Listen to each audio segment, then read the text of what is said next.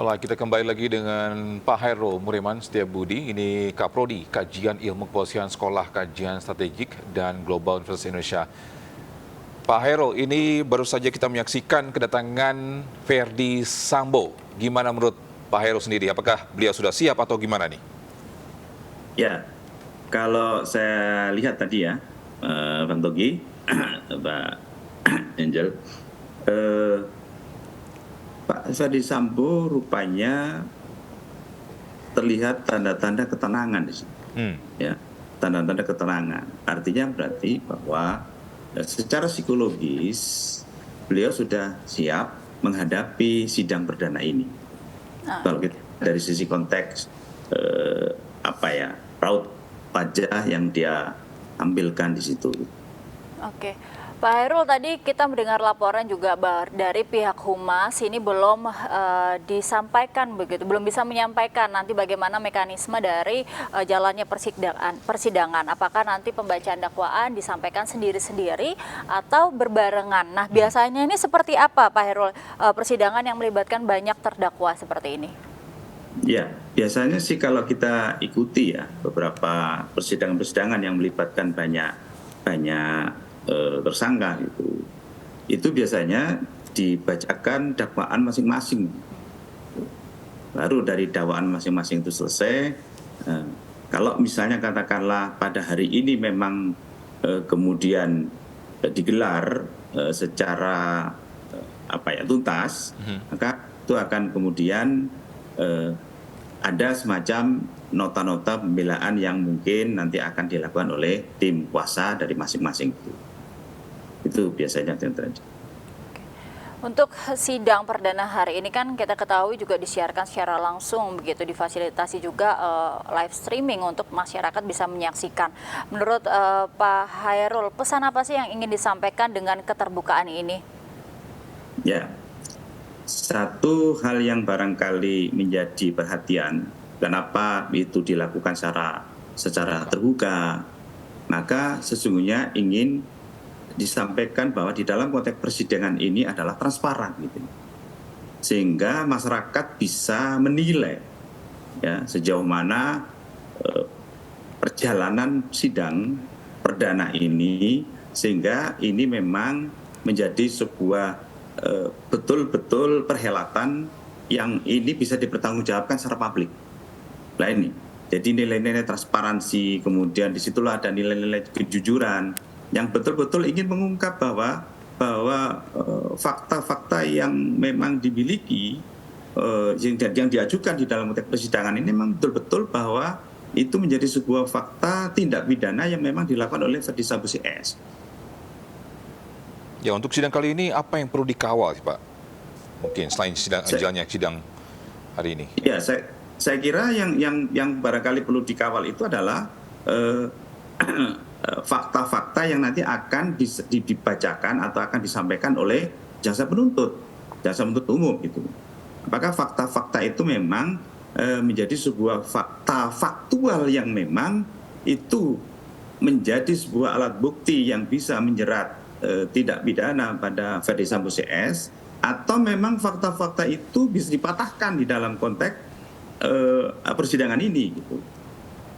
Ya, mungkin dari segi fakta, mungkin pengakuan. Ini kita tahu dari awal sejak investigasi pun juga. Pengakuan dari Verdi Sambo ini kan sering berubah-ubah, Pak Hairul ya. Untuk masyarakat sendiri pun juga masih bingung. Pernyataan atau enggak kesaksian dari Verdi Sambo ini, mana ini yang benar? Ya, itulah yang kemudian nanti kita akan bisa perhatikan bersama ketika memang sidang ini digelar secara terbuka. Apakah fakta-fakta yang kemudian dituntutkan dari jaksa penuntut umum yang berasal dari hasil penyidikan yang dilakukan oleh polisi itu memang betul-betul menjadi sebuah fakta yang memang itu bisa menjerat ya Verdi Sambo CS di dalam konteks tindak pidana ini. Nah, disinilah ujian para hakim ya. Kehakiman, ujian hakim di sini di dalam menganalisa dan menilai serta membuat sebuah keputusan gitu. Nah, di sini yang penting. Oke, untuk harapan dari masyarakat sendiri, Pak Hairul melihat selain transparansi, apa sebenarnya yang diharapkan dari masyarakat dengan adanya persidangan kali ini dan juga kasus pembunuhan berencana Brigadir Joshua Huta Barat? Ya, begini Pak. Pak Ferdi Sambo ini kan memang aparat negara ya, yaitu di kepolisian kan gitu. Maka harapan masyarakat itu bahwa organisasi ini tidak tercabik-cabik oleh oknum yang memang dianggap itu menjadi pimpinan di situ. Nah, sesungguhnya pada saat ini organisasi polisi ini di mata masyarakat ini mendapatkan sorotan yang sangat tajam di dalam konteks kinerjanya gitu. Nah, oleh karena itu ini menjadi sebuah tuntutan atau sebuah istilahnya itu perjuangan bagi sebuah organisasi yang memang betul-betul ingin mengembalikan sebuah citra sehingga organisasi polisi ini memang betul-betul organisasi yang profesional. Nah itu sehingga rakyat atau masyarakat itu menganggap bahwa polisi itu organisasi itu ada dan baik gitu. Karena harapan masyarakat itu besar sama polisi terkait persoalan-persoalan tindak pidana atau penegakan hukum yang dijalankan oleh organisasi itu. Ya, ini pendapat Pak Hairul sendiri ini terkait dengan mungkin institusi polisi di Indonesia ini kan belakangan banyak permasalahan terkait dengan pihak kepolisian juga termasuk Ferdi Sambo. Bagaimana tanggapan Anda terkait dengan institusi polisi? Baik, jadi sekarang polisi ini atau organisasi polisi ini memang lagi diuji di dalam konteks konflik di dalam konteks masalah-masalah sosial di Indonesia ini.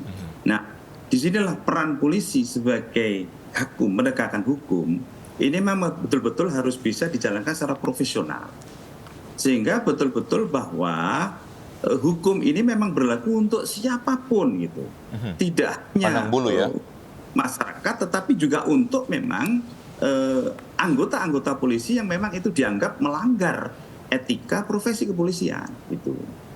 Sehingga ini menjadi sebuah harapan besar bagi masyarakat. Disitulah perlunya polisi gitu. Karena kalau tidak, nanti masyarakat sudah tidak terpercaya kepada polisi dan kan itu akan memiliki sebuah kecenderungan yang bisa katakanlah liar gitu. Nah, harapan satu-satunya adalah di dalam konteks penegakan hukum ini di awal prosesnya adalah pada polisi. Pak Hairul, masalah yang melibatkan Ferdi Sambo ini nampaknya kan membuka borok di institusi Polri begitu, sampai dari Ferdi Sambo banyak kasus-kasus lain juga yang melibatkan anggota kepolisian ataupun perwira tinggi Polri. Presiden Jokowi pun pekan lalu hari Jumat kemarin juga sampai memanggil perwira tinggi Polri ke istana untuk memberikan ujangan. Nah, pesan yang dimaksud dari Pak Jokowi ini kepada institusi Polri sendiri menurut Pak Hairul seperti apa, Pak? Ya, kalau menurut saya itu tidak hanya sekedar ujangan, tapi itu warning bagi organisasi polisi kalau menurut saya. Karena apa? Karena berbagai rentetan kasus ini ternyata kok justru melibatkan para petinggi-petinggi gitu ya, atau para petugas polisi. Yang sesungguhnya petugas polisi itu adalah merupakan wakil daripada eksekutif di bidang Harkamtibmas, pemeliharaan keamanan ketertiban masyarakat dan penegakan hukum. Nah, ini kalau kemudian tidak bisa dijalankan dengan baik, maka negara itu katakanlah dalam konteks penegakan hukum dan pemeliharaan keamanan ketertiban masyarakat itu menjadi lemah, gitu. Sehingga negara tidak bisa hadir di situ. Nah, inilah yang kalau menurut saya pecutan Pak Presiden ini katakanlah untuk seluruh anggota yang memang tergabung di dalam organisasi polisi itu menjadi sebuah katakanlah warning ya, itu tidak hanya sekedar wejangan di situ kalau menurut saya. Oke. Kemarin juga Pak Presiden menyoroti terkait dengan gaya hidup dari aparat kepolisian atau mungkin juga perwira tinggi polisi. Menurut Pak Hairul, gaya hidup perwira tinggi khususnya petinggi-petinggi di anggota kepolisiannya seperti apa sampai-sampai kok bisa disoroti dari seorang presiden gitu? Ya, Ini sih kalau menurut saya bukan hal yang baru gitu ya, bahwa gaya hidup hedon itu akan diberikan kepada seseorang atau anggota siapapun yang memang dianggap itu memiliki kelebihan-kelebihan, terutama menyangkut tentang pendapatan kan begitu. Nah, sehingga tidak terasa bahwa gaya hidup ini sesungguhnya juga harus dipertanggungjawabkan di dalam konteks organisasi profesi seperti kepolisian. Nah, ini yang barangkali juga menjadi sebuah perhatian. Ya, sebagai penegak hukum dan dia statusnya adalah sebagai pegawai negara, ya tentunya harusnya bisa menempatkan diri di dalam konteks berperilaku di situ. Bangunlah itu sebuah perilaku kinerja, tapi bukan perilaku yang sifatnya hedon. Yang ini disampaikan oleh Pak Presiden kepada seluruh anggota polisi pada saat itu. Oke, berarti sejauh ini dari pandangan atau pengamatan Pak Hairul, citra dari institusi Polri seperti apa? Apakah masih ada harapan begitu dari masyarakat kepada Kepolisian Republik Indonesia? Ya, kalau kita berbicara tentang harapan, tadi sudah saya sampaikan juga bahwa harapan masyarakat Indonesia di dalam pada organisasi polisi itu adalah kembali menjalankan profesi sesuai dengan orientasinya, yaitu memelihara keamanan, ketertiban dan masyarakat serta penegakan hukum yang benar gitu, yang sejalan dengan etika profesinya gitu. Itu harapannya. Nah, oleh karena itu sebenarnya banyak pelaku-pelaku atau anggota polisi itu yang baik di lapangan itu. Cuman kadang-kadang kebaikan-kebaikan itu akan bisa atau mudah terhapus karena ada kinerja-kinerja oknum yang kemudian itu bisa merusak organisasi dan merontokkan kepercayaan masyarakat. Ya, dulu pada saat bagaimana polisi membangun sebuah perilaku polisi lalu lintas di jalan misalnya, menyangkut tentang suap dan sebagainya, itu sangat-sangat getol diberantas. Sehingga akhirnya kemudian muncullah e-tilang yang kemudian itu katakanlah mengurangi pertemuan antara polisi dengan masyarakat, sehingga kemudian itu bisa dilakukan dengan baik. Nah, di dalam konteks penegakan hukum juga demikian gitu ya. Itu harapannya adalah bahwa siapapun yang memang itu katakanlah melanggar hukum, ya itu harus ditindak. Namun di dalam konteks tindakannya harus profesional, ya harus profesional. Nah, disitulah yang kemudian kalau kinerja itu bisa dibangun dengan baik, maka trust publik itu akan bisa menjadi baik juga. Tapi kalau selama kinerja itu tidak diperbaiki, maka itu tidak akan bisa melahirkan trust publik. Nah, ini yang kemudian akhirnya nanti lama-lama ada kejenuhan sisi masyarakat. Ini ada petugas polisi dan tidak sama saja. Gitu. Nah, ini yang tidak kita harapkan. Baik Pak Hairul, ini mungkin saya kembali lagi ke kasus Ferdy Sambo terkait dengan pernyataan Ferdy Sambo belakangan pun juga menyatakan permintaan maaf terhadap keluarga Brigadir Joshua yang selama ini mungkin ditunggu-tunggu oleh pihak keluarga. Akhirnya dikeluarkan atau pernyataan ini keluar dari Ferdy Sambo meminta maaf. Bagaimana tanggapan Anda? Ya, selayaknya kalau memang mengakui konteks yang namanya bersalah, maka selayaknya sebagai manusia yang menjadi makhluk sosial itu sewajarnya lah bisa memberikan sebuah katakanlah pernyataan untuk meminta maaf kan. Nah, mudah-mudahan dengan meminta maaf itu secara hubungan sosial atau makhluk sosial, maka itu bisa katakanlah memberikan sebuah pemaafan atau permaafan bagi keluarga. Meskipun memang dalam konteks kasus ini ya sudah terjadi bahwa yang namanya Brigadir Joshua itu adalah sudah meninggal.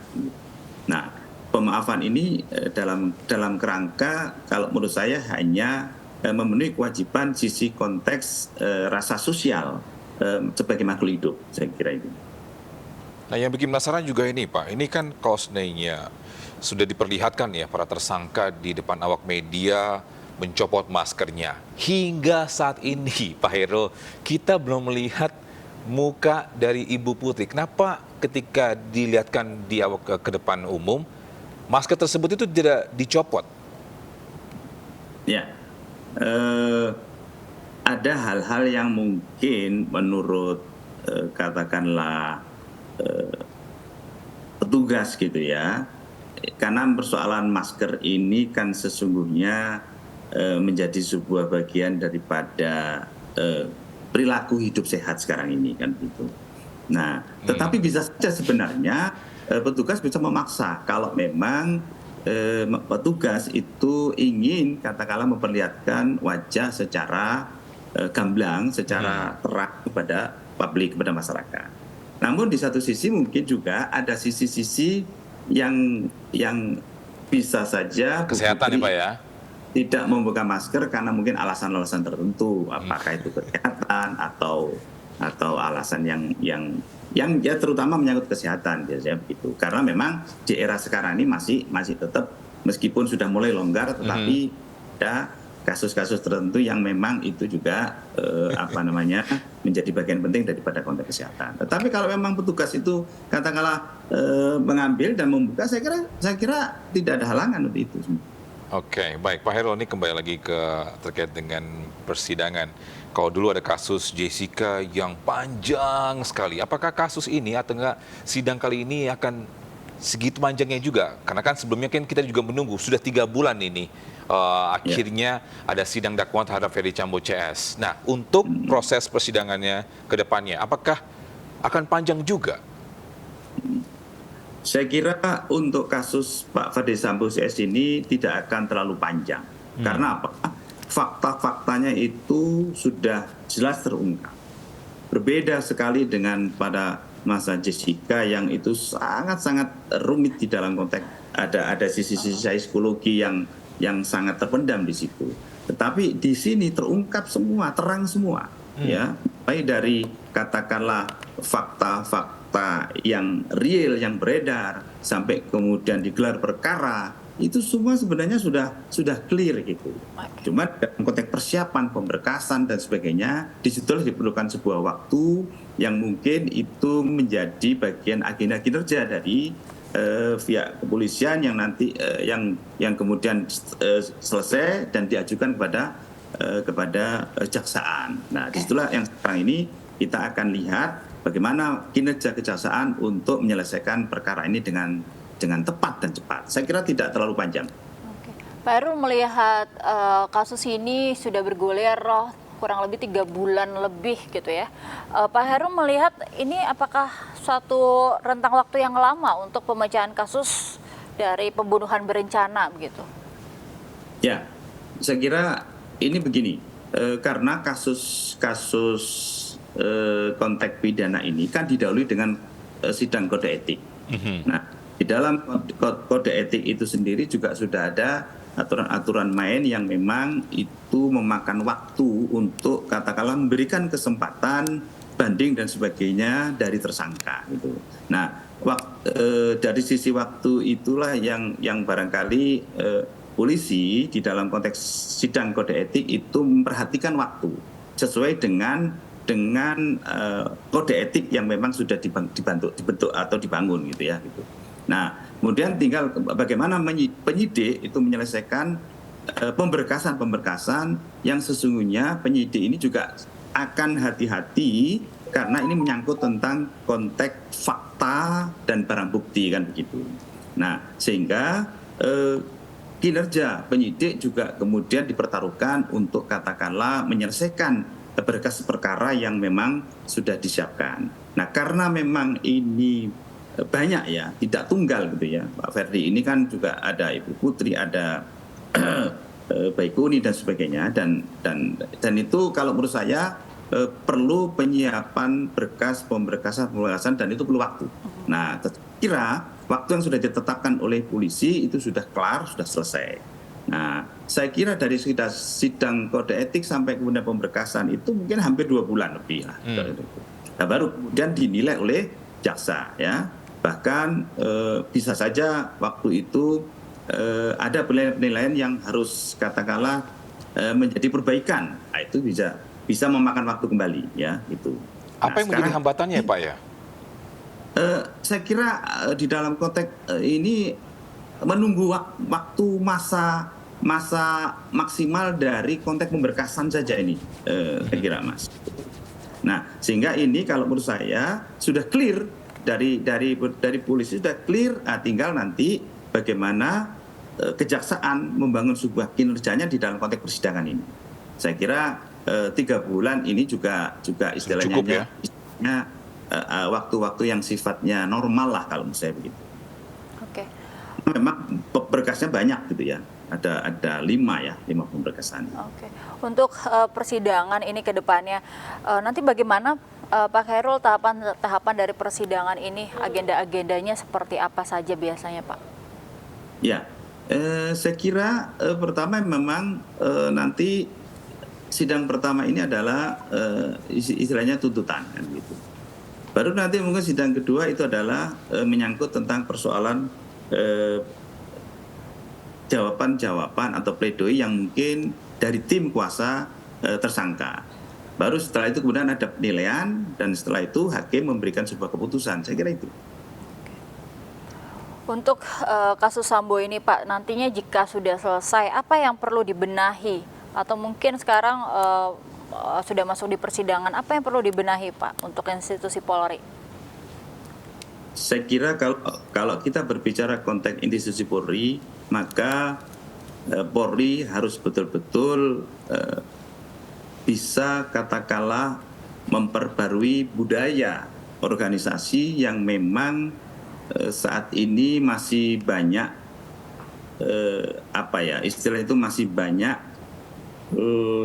tidak komit ya di dalam konteks penegakan hukum maupun Harkamtibmas. Nah ini harus diubah bahwa budaya organisasi polisi ini memang betul-betul harus mengalami sebuah perubahan mindset dan kultur set ya gitu.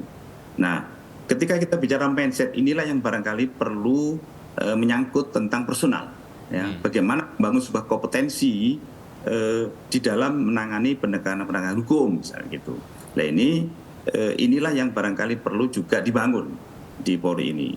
Sehingga ke depan bahwa Polri ini akan menjadi sebuah organisasi yang betul-betul mewakili negara di bidang pemeliharaan keamanan ketertiban masyarakat dan penegakan hukum. Itu yang harus dilakukan gitu. Dan yang kedua kalau menurut saya memang penerapan kode etik ini memang harus tidak pandang bulu gitu. Jadi memang betul harus konsisten dan komit gitu. Itu yang barangkali perlu gitu ya.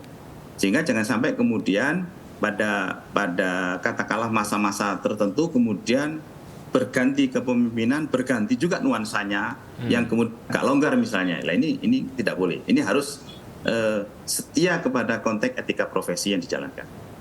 Ya, berarti ini menjadi PR untuk para petinggi kepolisian ya Pak ya, untuk merubah mungkin mindset agar lebih baik ke depannya juga ya. Tapi permasalahannya kan itu dia, ada kasus-kasus sebelumnya ini, petinggi-petinggi inilah yang tidak memberikan contoh yang baik kepada bawahannya.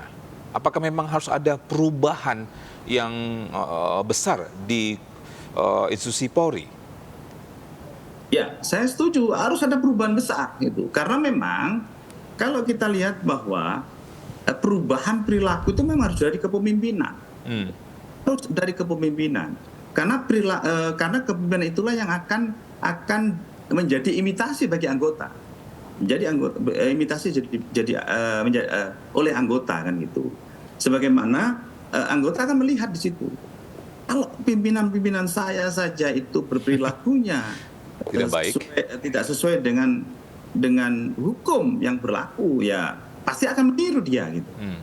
Ini yang barangkali perlu. Sehingga memang dari kepemimpinan.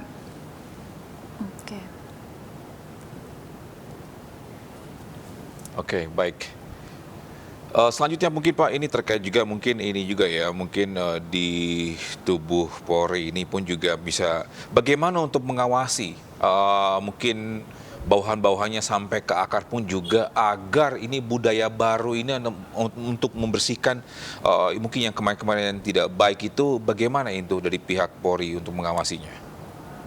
Iya, pengawasan di dalam organisasi seperti di Polri ini sesungguhnya ada dua ya.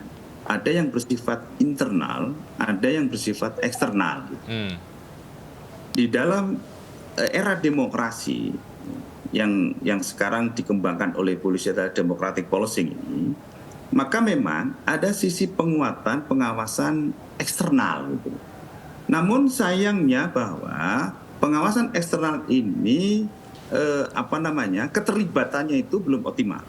Ya, seperti misalnya Kompolnas itu belum optimal sesungguhnya. Nah, ini harus dibangun sebuah mekanisme pengawasan eksternal yang memang ini bisa menjadi optimal. Nah, itu yang pertama. Yang kedua, pengawasan internal ini pun juga menjadi sebuah perhatian. Ya, Irwasum itu salah satu lembaga yang menjadi pengawas. Ini juga harus bekerja secara ekstra, betul untuk memberikan sebuah kenyamanan di dalam konteks pengawasan itu gitu. Bahwa polisi ini memang ada semacam sebuah mekanisme yang katakanlah terpatri oleh Irwasum gitu. Bahwa pekerjaannya dia itu sebenarnya diawasi loh, misalnya gitu. Nah, ini mekanisme itu juga harus dibangun dengan transparan tentunya di situ. Nah, ini yang barangkali nanti akan menjadi dua sisi yang betul-betul secara internal maupun eksternal itu bisa dilakukan dengan baik.